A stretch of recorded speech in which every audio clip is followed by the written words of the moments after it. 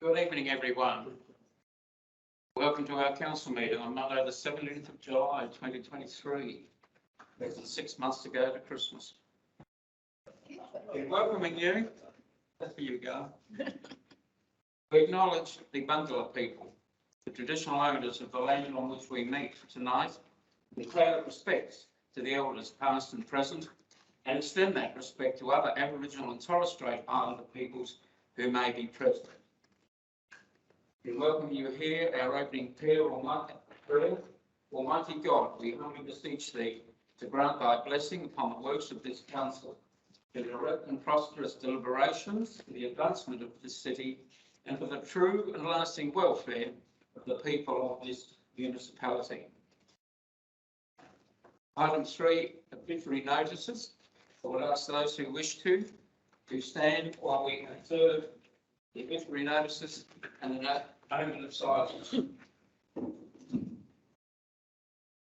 Catherine Brown, John Arthur, Margaret Phillips, Kingsley Ewings, Robert Miller, Muriel Dempsey, Rita Oliver, Bill Brains, Des Brown, Mary McInerney, Jim Travers, Lydia May, Maxine Keynes, Charlie Lappins. If you would just remain standing for a moment.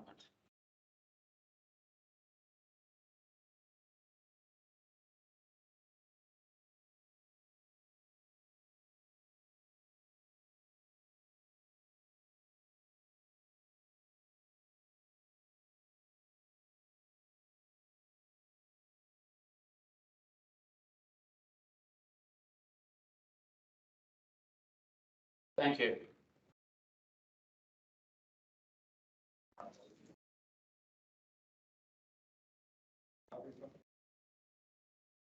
Item 4, our attendance record. We have an apology from Deputy Mayor Pond. She is absent tonight because she has attended her mother's funeral today. I'm quite sure our thoughts are with her. Item 4.1, we have a leave of absence request. Councillor Inglis, we have a recommendation there. Councillor Inglis looking for a leave of absence for the period 15th of August to 27th of August inclusive. Somebody care to move that recommendation? I move. Councillor Simpson, well, Councillor Knox came up first and Councillor Simpson came up second. It's that roulette wheel again. I'll put the motion. Those in favour? Carried. Thank you.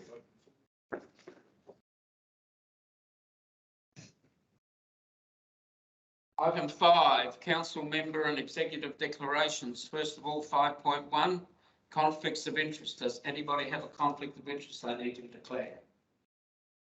13.4.1, that the organic, the waste. Thank you, councillor. Waste services. And your intention to stay in the meeting or? I can, if you're not going to discuss it, if you're just going to discuss in general. I don't know, Kathy, I would leave it at your discretion. Providing that discussion stays with general waste management principles as opposed to anything that crosses over to the waste management services that are delivered for the city, whether it be organic or general waste. If discussion crosses over to that nature of conversation, you should leave the meeting. Yes, see. I've got a conflict of interest in relation to 12.1, which is the CEO performance review panel. But I will be remaining in the meeting because it's only just 10 minutes from the last meeting. See, any further conflicts of interest? Moving on to 5.2, any gifts and benefits to declare? No, thank you. Moving on. Item 6.1, confirmation of the minutes of our previous ordinary council meeting held on Monday, 19th of June. We have a recommendation. Somebody care to move Councillor Knox, seconded Councillor Koblica. Sorry. Those in favour? Carried. Thank you. Item 7, deputations or presentations, we have none. 8, petitions, we have none. Item 9, matters adjourned or laid on the table, we have none. Item 10, public question time. We have one question from the Whyalla Art Group. I'll put that question and then refer to the CEO to how it's addressed. And the question is, would council consider replacing the entire footpath to improve the visual amenity in front of the Whyalla Art Group Gallery at 5 Darling Terrace? That is the question. CEO, how do we wish to handle that? Through the Mayor, we're going to take this question on notice more so just in order to get the costs associated with attending to that request, noting that the request is essentially for an increase in service at that location beyond what we had planned to do. We had previously prepared planned to do some remedial work immediately in front of the doors, but this is seeking to replace effectively the whole of the footpath along the full length of that property. So we'll get further information for council's future consideration. Thank you, CEO. Now, members of the gallery, I'm sorry to do this to you, but I am about to seek leave from the councillors, elected members, to bring forward a confidential item 19.2.1 to be dealt with now. Jade Ballantyne is the officer involved with this. She is on Teams, she is on leave, and in fact that was one of the reasons we were trying to get a special meeting last week before she went, but that, as you know, we couldn't do that. So would somebody care to move and second that we bring item 19.2.1 forward? Move Councillor Inglis, seconded Councillor Campbell. Put the motion, those in favour? Thank you. We'll now have to go into confidence, and certainly the gallery, please feel free to rejoin us once we're back in General Council.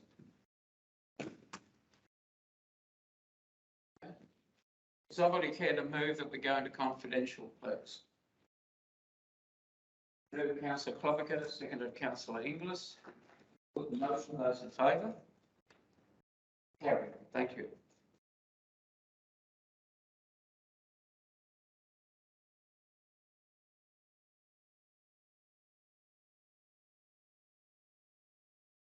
Item 11, council member activities. They are there on the screen from our members.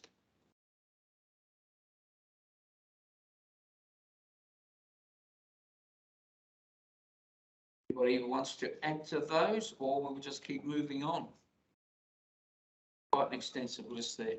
Our members always active.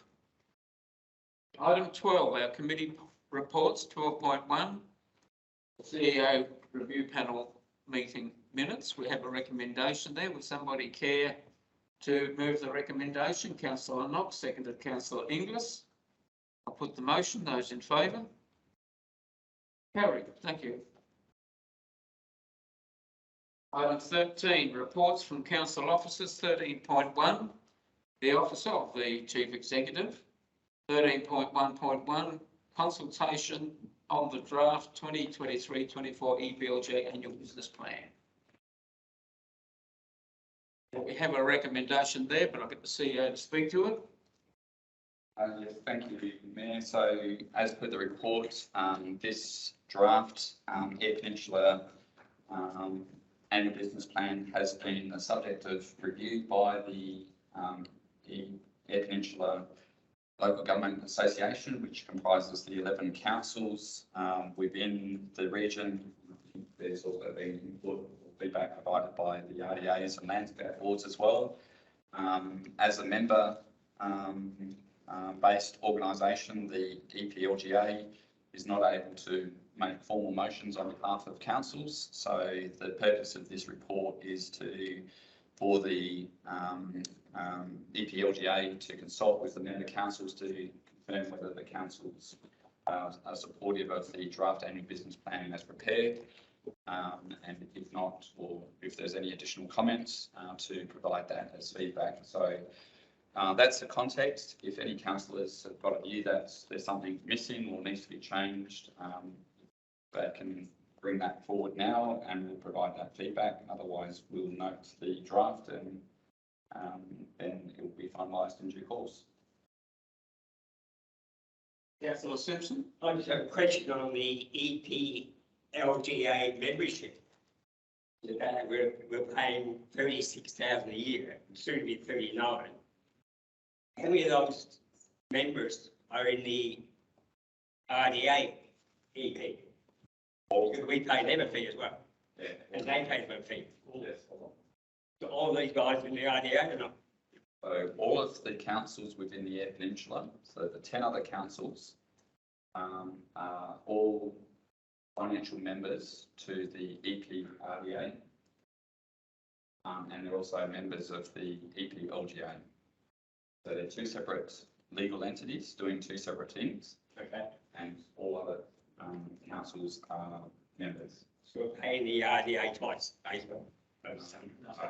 No, so they're two separate entities. So the EPLGA is an entity that is constituted effectively, it's an association that is constituted within the hierarchy or structure of local government. So within local government, you've got the local government association as a board. Supporting that board is the SAROC and GayRock. Yeah. So SAROC is the South Australia. South Australian region of Council. councils, which is all non-metropolitan councils. GayRock is the Greater Adelaide. region of councils. So you've got two boards that support the LGA. Membership of those boards is from the respective jurisdictions, metro and non-metro. In terms of non-metro, the appointment of board members onto SAROC in our case comes through the LGA. So the EPLGA has two members, I think, or one and a proxy, as does the Spencer Gulf Cities. Yes. I think it's one and a proxy. One. So, so the EPLGA is effectively the means by which the region is able to do advocacy and support of the local government sector within that regional context. That's the EPLGA. The RDA is a separate legal entity that is funded by both federal, state and member council's contribution. So it has a specific role in terms of economic development within region. So to answer your first question, the 10 other councils plus Whyalla have been contributing members of the EPLGA for the last couple of years. The 10 other councils have been contributing members of the RDA, and as per the resolution a couple of months ago, our council now is a contributing member to the RDA as well. Thank you, Councillor Simpson. Councillor Knox? Well, I've just heard something and I'm not sure she was correct. I mean, we haven't agreed to join the RDA yet. We have, the resolution was very clear that we're rejoining, just the terms of the agreement was to be negotiated.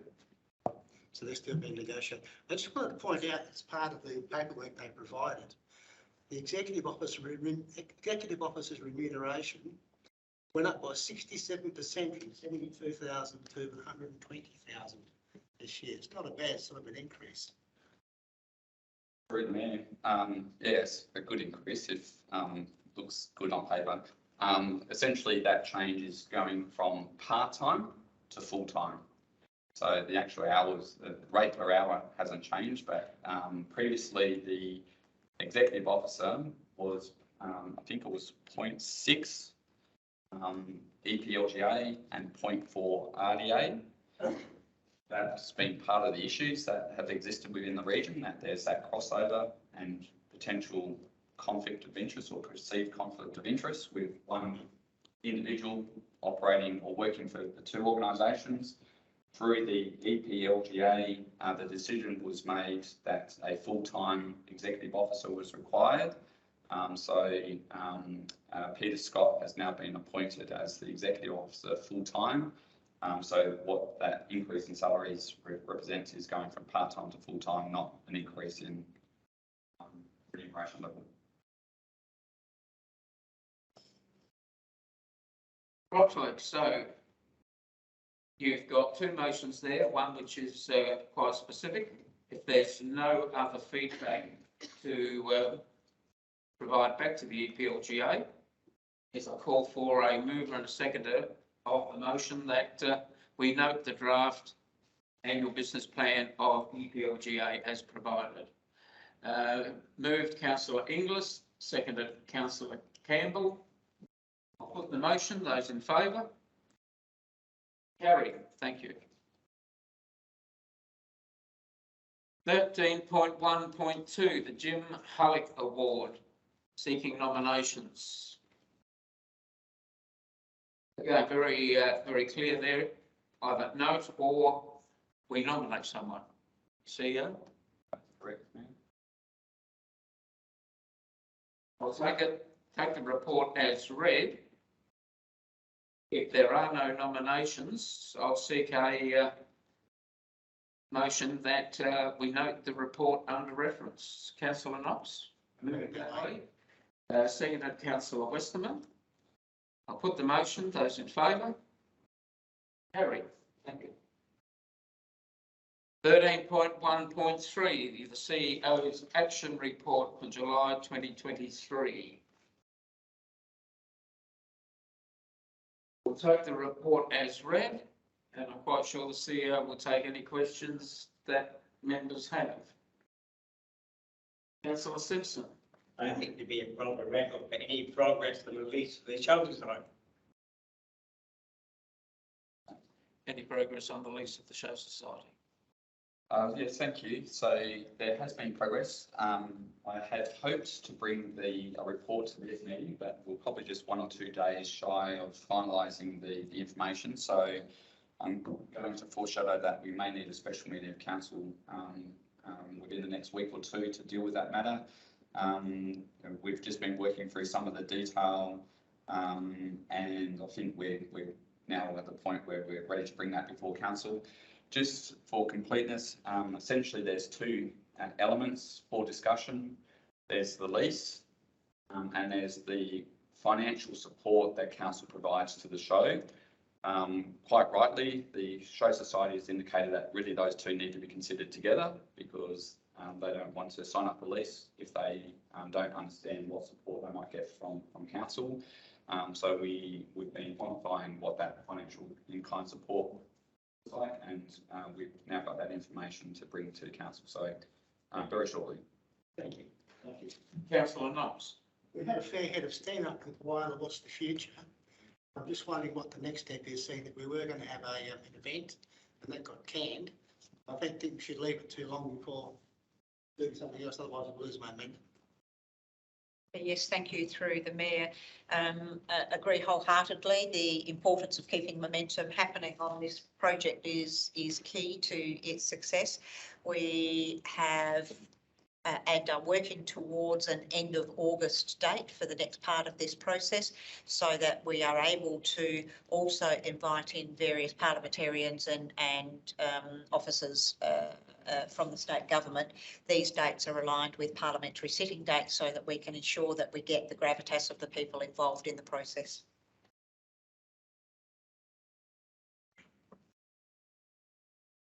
Thank you, Cathy. There are no further questions or comments to the CEO. Oh. Councillor Border. I may have missed my mark, but I had a note under 13.1 about cyber security, and then I had one about the speed limit on Nicholson Avenue.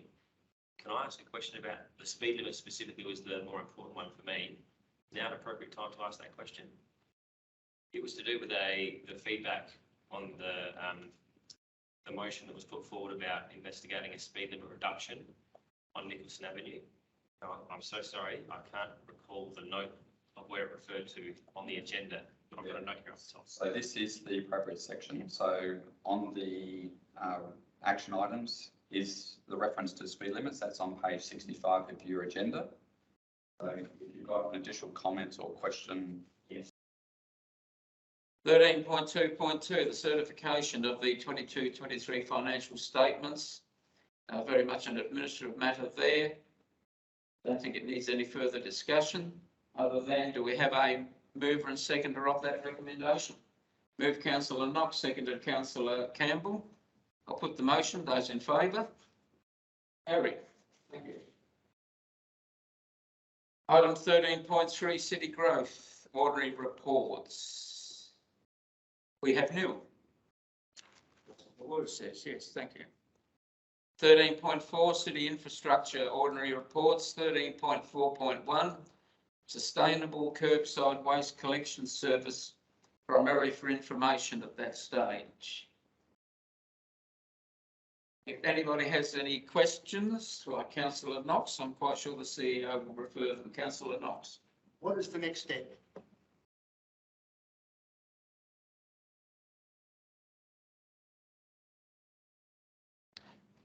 good question. I'll defer to Robin in the first instance. So the next step would be to look at doing a more in-depth feasibility and a project brief together around transitioning to a sustainable curbside waste collection, and then coming up with a project management plan to work out, select which area of the city we want to do a trial in, and start to run a trial and get some data and stuff like that to try and work out whether or not the community are going to be supportive of it, because it relies heavily on community engagement to be able to do that. The next step, in sense, we've already started this year when council agreed to the Make and Pledge waste initiative that's in the budget, which will be starting to roll out. I'm not sure when Truca's got that lined up for, but before Christmas. So that was the one where that's the getting the for-go waste out of the red bin into the green. So that's in a sense already started as well. So where we're at now is just trying to garner your interest and then going into a more detailed feasibility and business case, and then selecting an area of Whyalla or multiple areas to run some trials, gather some data, because the worst thing you can do with sustainable curbside collection is implement it blanket up front without any education, because you'll get high levels of contaminated waste, which then, as everyone knows, you can't put that into the organic package. Stage transition, but that's generally in a nutshell. Yeah. At this stage, an information report with the next stage to follow. If there's no further questions, I'll call for a mover and a seconder of that recommendation. Move Councillor Knox, seconded Councillor Border. I'll put the motion. Those in favour? Carried. Thank you. Item 14, information decision reports. 14.1, council members of 14.1.1, the Mayor's list of engagements. More than happy to provide any other information that anybody would like. Councillor Knox. Meeting with Westlands, anything come out of that can be reported? It was very much a meet and greet. Here, looking at their facility, liaising with their tenants, obviously looking at what they can do to generate more interest out there. So I'll be correct in that, CEO, very much meet and greet. Yeah, no big announcements or anything like that. So, Yeah, sorry about that. The only other comments I would make regards to the organisers of NAIDOC Week and organisers of the Salty Siesta, congratulations, sincere and serious congratulations to both organisations for what they did with the events. NAIDOC Week, after hiccups during COVID, must have been one of their most successful. Some incredible support there. And the Salty Siesta, if you didn't manage to get there for some of the time, you certainly missed something. And I do congratulate our staff, because I know it's a very small group that puts those sort of events together, but it was superb. I have heard nothing but good feedback throughout the community. the blow-ups and everything, and the lights at night are fantastic, and the community very much appreciative. It'll be interesting to see once they've had the debrief, the good things that we continue, the lessons that might have been learned, but certainly a huge crowd down there. So my congratulations to both organisations for what they've done. No Dot Week and Salty Siesta. Looking forward to the next one. In that case, I seek somebody to move and second the receive and noting my list of engagements. Move Councillor Westerman, seconded Councillor Simpson. I put the motion. Those in favour? Carried. Thank you. 14.2 City Growth Corporate Monthly Information Report. 14.2.1.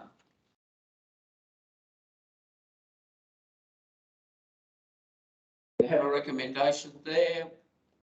I'll call for any questions. Councillor Knox. In the table on customers' request statistics, there's a number of outstanding ones. I'm just wondering whether we can have any information on those. Are they being resolved, or are they in the too hard basket, or what's happening? Take that one on notice, or? Yeah, I'll take that one on notice and gather additional information. If I could just, through the Mayor, mention this report is a work in progress, and certainly the next report that comes through will provide additional information, such as in response to that question asked, with some indication and trend data also as to what is the nature and how long various items are actually taking to be responded to, and what we're doing to improve response times as well. So this is a work in progress. I can say, Councillor Knox, I posed that very question today to the CEO for some clarification, what it actually means. Great minds. Well, we won't get too carried away. If there are no further questions, we have a recommendation there. Could I have a mover and seconder? Move Councillor Border, seconded Councillor Inglis. Very extensive report there. I'll put the motion. Those in favour? Carried. Thank you.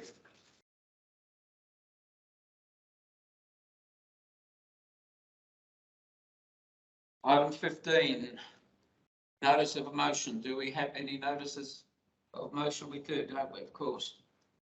From Councillor Border. In regards to the community solar schemes, the motion is in front of you. Do you wish to speak to that, Councillor Border? Yes, please. So I'd like to just start by saying that it was really something close to my heart as far as bringing affordable energy to as many residents as we possibly can. And this truly looks like an opportunity to be able to do that with the technology being there, with solar panels and batteries. And with the trip to Canberra, the federal government and what I hear from the state government is that that is certainly a focus, and there is literal funding, money being put towards that to incentivise both residents and also small businesses to invest in that infrastructure. I've had a conversation with the Mayor of Mitcham. I met her in Canberra, and just her excitement is palpable with this system.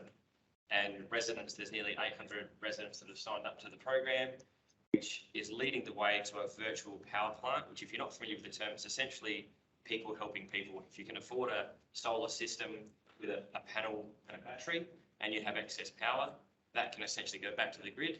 And down the track, once the system matures and it's got a critical mass, there is potential to maybe have some say in where and how much that energy is resold for. But that's the long game. But the short game is the most exciting thing anyway, in that it is a zero cost upfront for the consumer, for the person who essentially gets these solar panels and batteries installed.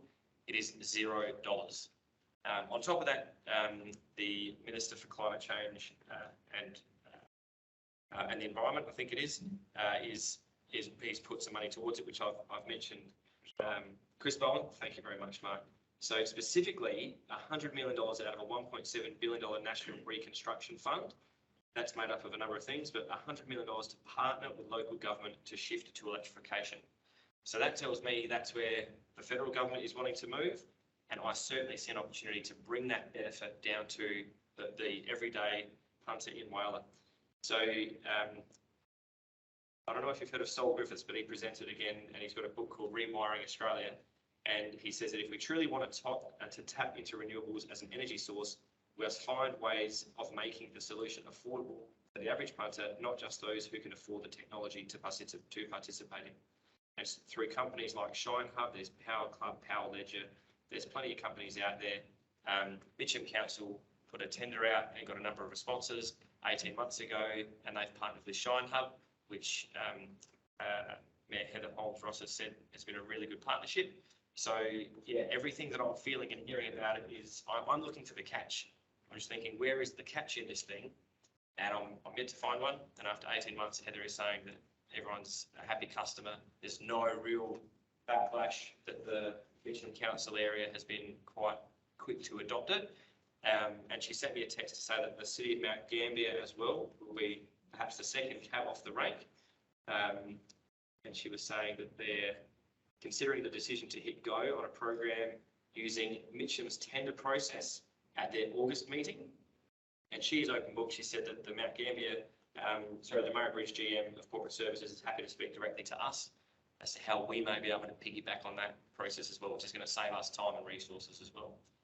So very, very exciting space to be in, but otherwise I'll take that as read. Thank you, Councillor. Councillor Knox, do you have a question? I'm very happy to second this. Absolutely the right thing to do. Councillor Enos, will you? Yeah, I agree as well. My only question I'd have is, what is the feed-in tariff going in compared to what we got to buy coming back out the other way? That's the only question I've got, that you can't seem to get a straight answer from anyone. I love that question because I've signed up to receive the Shine Hub updates. So in a nutshell, if you have solar and battery, sun hits your solar panel, stores it in your battery, you use some of that, then there's an emergency need for the grid as part of the virtual power plant. So it draws whatever energy it's required to from your battery, and your battery goes down to zero, for example. They pay you, it used to be 45 cents per kilowatt hour. They just upped it to 55 cents per kilowatt hour. But I know you've got no power in your battery because it's all been drained. So now you have to buy it back from the grid at less than 55 cents per kilowatt hour, which means every time there's an event where the grid draws your battery, the person participating actually makes the profit. And I've questioned my own sanity, thinking, how can that be? How can it be? That's the only thing that I would question, because you are dealing with power companies. Correct. And I guess trust them as far as you can kick them. That's just the, that's That information will come out in the. so that's that would be the only question I would that's ask. where we're at. Yeah. I share that question. I think they'll be making a killing buying it for 55 cents a kilowatt hour. They'll be reselling it at 1,000 times that during those peak periods where they need to draw from it. But that's what this motion is for the administration to investigate. Yeah. I agree. And answer those questions. We have a motion with a mover and a seconder. I'll put that motion. Those in. Councillor Campbell. Yes, I just want to, if we're going to get, look into this, get some sort of report, I would like also for, I would like, it's good that the 55 cents, but I'd like to know if there's some sort of contract on how long it would be at 55 cents, so that we're not getting like 12 months of 55 cents and then it drops down to 7. I'm confident we'll get all that information in the report. Thank you, Councillor. So we have a motion. I'll put the motion. Those in favour? Carried. Thank you. Do you have any questions on notice? Neil? Questions without notice? We'll go around the room from Councillor Simpson. Any questions? No question. No? No red lights flashing? Where are we at with their high school? There you go. Where are we up to with Air High School? You mean the move to the? Yeah. Yes, thank you for the question through the Mayor. The lease with the Education Department has been signed. We have got final drawings from the contractor in terms of the works that need to occur at the school. Planning consent application has been submitted, as has building rules consent application has been submitted into the planning department in order to achieve planning approval. That will go out for public consultation within the next couple of days. The anticipation, the actual site will transfer over to council's responsibility as from the 24th of July. The current plan and critical pathways show a removal date from this building to the Edward John Eyre High School week commencing the 16th of October. Thank you, Kathy. Any further questions without notice? Councillor Border? Quick one about Book Easy. I just checked the website recently and there's nothing Whyalla on there. Was there a mention of it a while ago? What would stop us from getting our campsites on Book Easy? It's in progress, so work's underway. Councillor Clobbecker? Just quickly, primary and ordinary returns. And we have to complete them within 60 days after the 30th of June. Absolutely, and information will be coming out to council members within the next week to arrange for the completion of those returns. Our plan is that should there be a council member briefing next Monday night, we will bring those returns to that council member briefing together with the returns that you previously have filled out so that you've got the information in front of you. The other document that needs to be completed by council members is the related party transactions form as part of our external audit end of year external audit, and that form will be presented to you next Monday night as well, should the briefing be being held. If the briefing is not held, we will forward all of that material out to you, and council staff are available to assist you complete them. Just a second question. Just in terms to the meeting with the Life Construction, is there anything that come out of that that a couple of us couldn't attend? Keen to find out the outcome of that meeting. No actions at this point.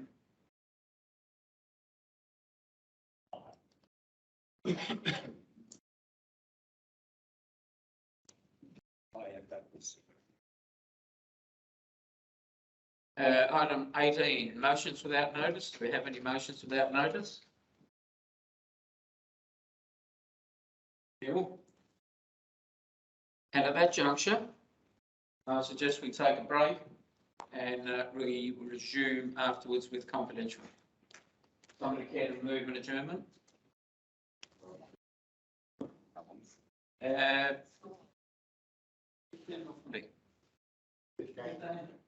10 minutes. Move Councillor Knox, second Councillor Simpson. I put the motion. Those in favour? Carried. Thank you.